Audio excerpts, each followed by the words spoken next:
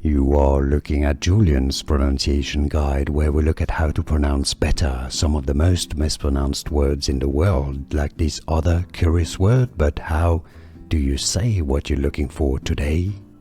We are looking at how to pronounce these words and more confusing vocabulary many mispronounce in English, so make sure to stay tuned to the channel, subscribe to become part of the community. Two different ways of pronouncing it. In British English it's said as endured, endured, stress on that second syllable. In American English, however, it's normally said as endured, endured. In American English, endured, or endured in British English. And now you know. More videos for you here to learn more correct pronunciations. Thanks for watching. Here are more videos on how to pronounce more confusing words and names too many mispronounced. Like this video if you found it useful. I appreciate your support. I'll see you soon and thanks for watching.